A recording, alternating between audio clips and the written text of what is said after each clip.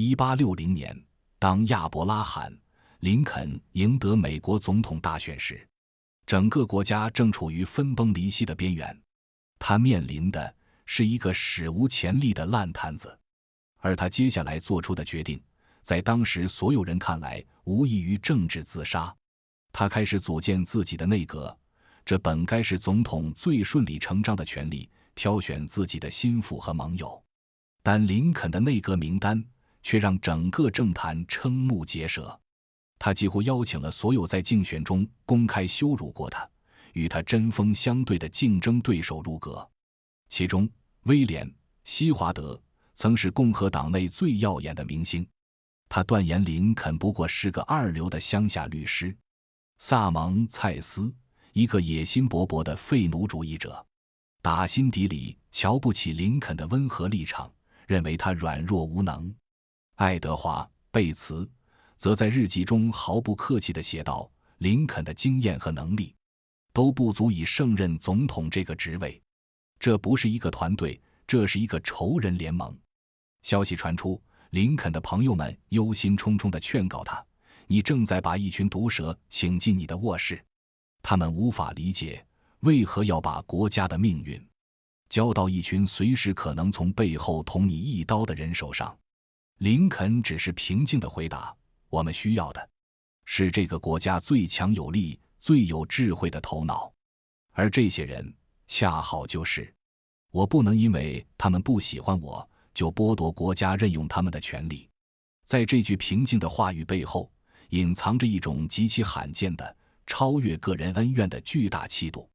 林肯的伟大不在于他能分辨谁是朋友谁是敌人，而在于他深刻地懂得一个人远比朋友或敌人这类单薄的标签要复杂得多。西华德虽然傲慢，却拥有无人能及的外交手腕。蔡斯虽然野心勃勃，却是理财的天才，能为即将到来的战争筹集巨款。贝茨虽然刻板，却有着法学家一丝不苟的严谨。他看到的不是一个个贴着反对者标签的政客，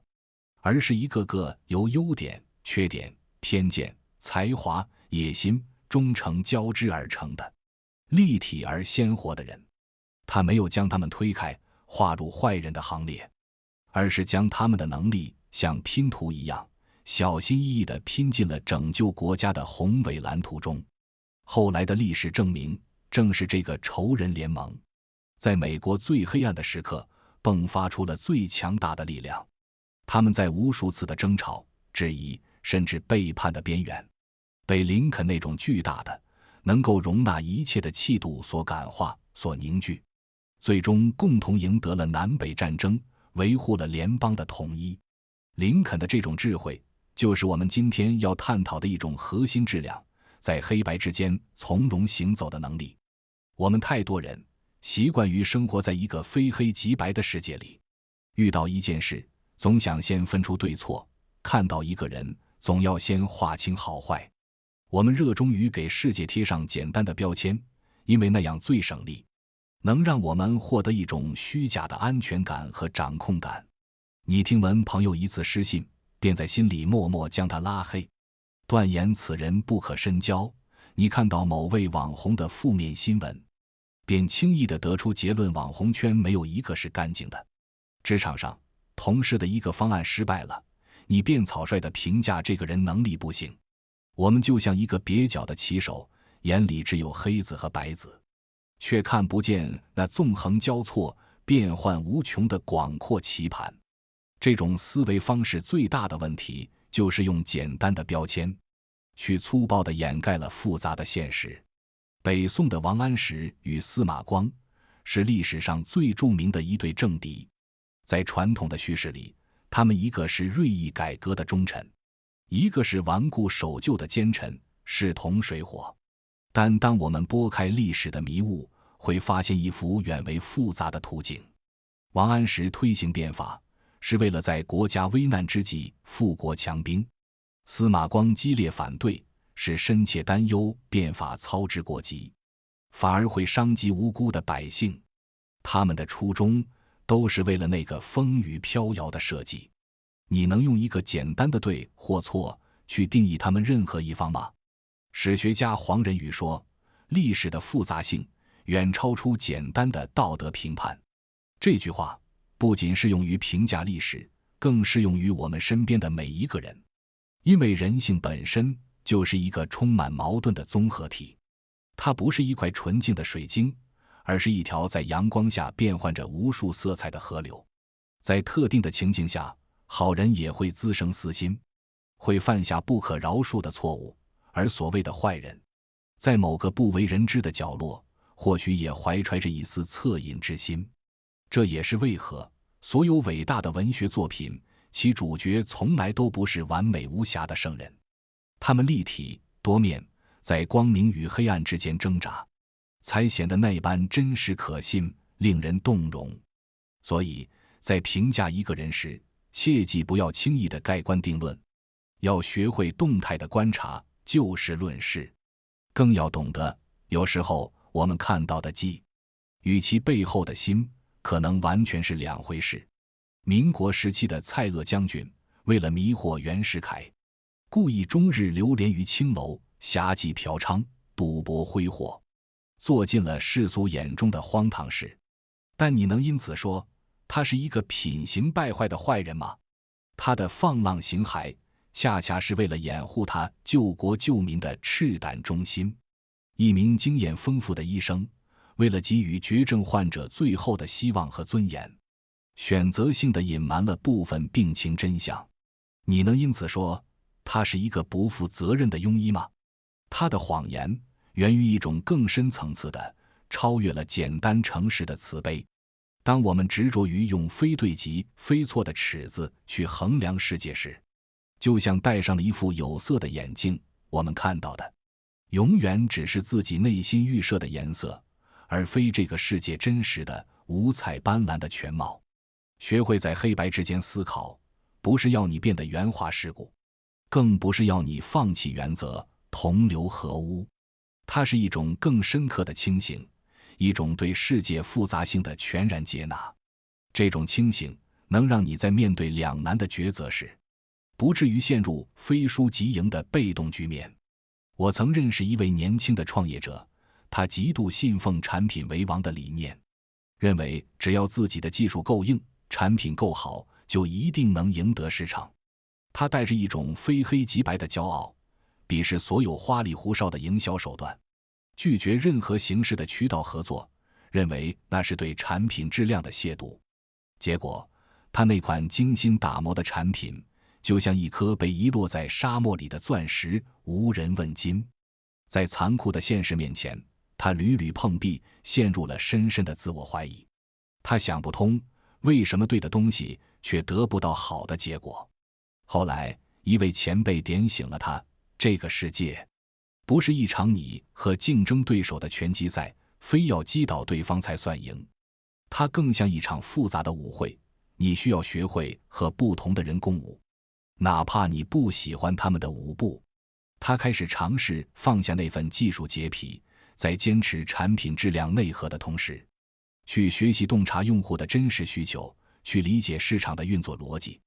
甚至与他曾经最看不起的营销贩子合作。他没有变成自己讨厌的人，而是拓宽了自己能力的边界。最终，他的公司起死回生，成长为行业的佼佼者。你看，脱离黑白对立的思维，并不是让你放弃原则，而是在坚守核心底线的前提下，赋予你更广阔的灵活性。就像一个高明的航海家，他心中永远有灯塔指引的方向，但在航行的过程中，他会根据风向和水流灵活地调整船帆。哲学家罗素说过一句极美的话：须知参差多态，乃是幸福本源。承认世界的多样性与复杂性，或许不能立刻给你一个标准答案，但它能帮助你在混沌之中找到那个最适合自己的方向。同样，这种思维方式也能拯救我们最真实的情感关系。当我们用绝对化的标准去要求身边的人时，往往最容易伤害那些最爱我们的人。朋友偶尔一次没有及时伸出援手，你就指责他不够义气，却没有想过他当时是否也正处于自己的困境之中？伴侣在争吵时说了一句重话，你就抱怨他根本不爱你，却忽略了在此之前他为你付出的无数个温柔的瞬间。我们总是轻易地因为一片落叶就否定了整片森林的春天。北宋的苏轼一生坎坷，他的许多苦难都源于王安石变法所引发的政治斗争。按理说，他与王安石应是势不两立的死敌，但事实上，当苏轼被贬官，路过江宁时，早已退休的王安石听闻，竟不顾年迈体弱，骑着小毛驴亲自出城迎接。两人同游中山、泛舟长江，早已将朝堂之上的政见分歧抛诸脑后。他们谈论诗词，欣赏文章，为对方绝妙的句子抚掌大笑。那一刻，他们不是政敌，不是非黑即白的对立面，而是两个彼此欣赏对方才华与风骨的纯粹的文人。这种超越了立场、超越了恩怨的深刻理解，正是灰度认知在情感中最动人的体现。它让我们懂得，一个人远比他的某个观点、某个行为要丰富得多。当你能够理解这一点，你在看到网络上那些充满戾气的攻击性言论时，或许就不会轻易地被激怒了。你会生出一种近乎怜悯的情绪，你怜悯他们被禁锢在一个非黑即白的思维牢笼里，无法容纳任何与自己相左的观点。你甚至会理解他们那看似针对你的愤怒，或许只是他们对自己失意生活的一种无力的投射。因为一个人如何看待别人，往往就是他内心最真实的模样。当然，我们必须警惕一个问题：过分地相信灰度思维本身会不会也成为一种新的非黑即白？这是一个非常深刻的诘问。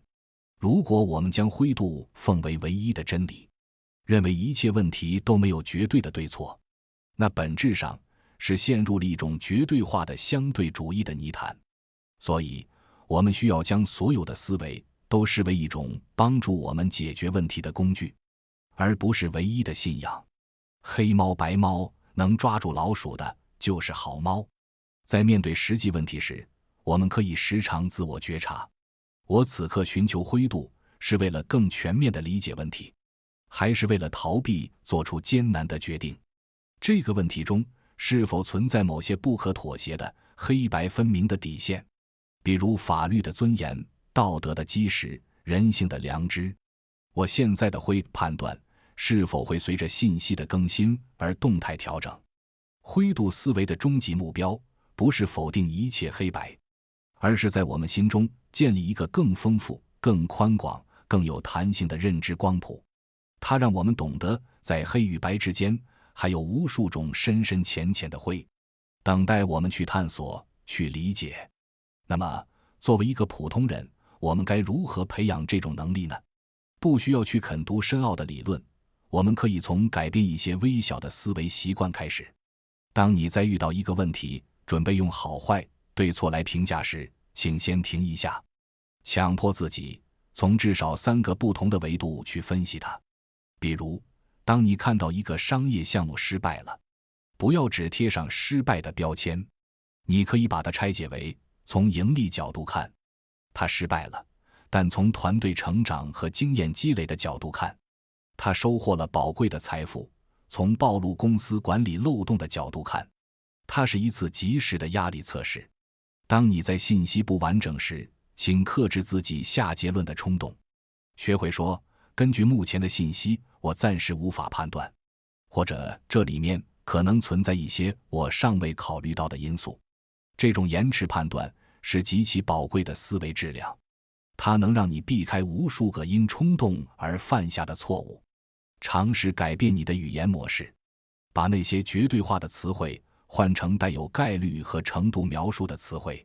比如，把这个方案绝对不行换成这个方案在现有条件下成功率可能不高，但如果我们能解决某个问题，情况或许会不同。语言会反过来塑造思维。当你的表达变得更加柔软、更具弹性时，你的内心也会随之变得更加开阔和包容。这个世界从来不缺立场鲜明的评判家，缺的是在喧嚣中能洞察本质的思考者。别再让非黑即白的思维困住你本该丰盛的认知，学会在黑与白之间从容地行走，你会发现，真相往往不在任何一个极端的端点，而在那片广阔、理性而又充满了温情的中间地带。当你真正拥抱灰度，你也就打开了理解这个复杂而又美丽的世界的一个全新的维度。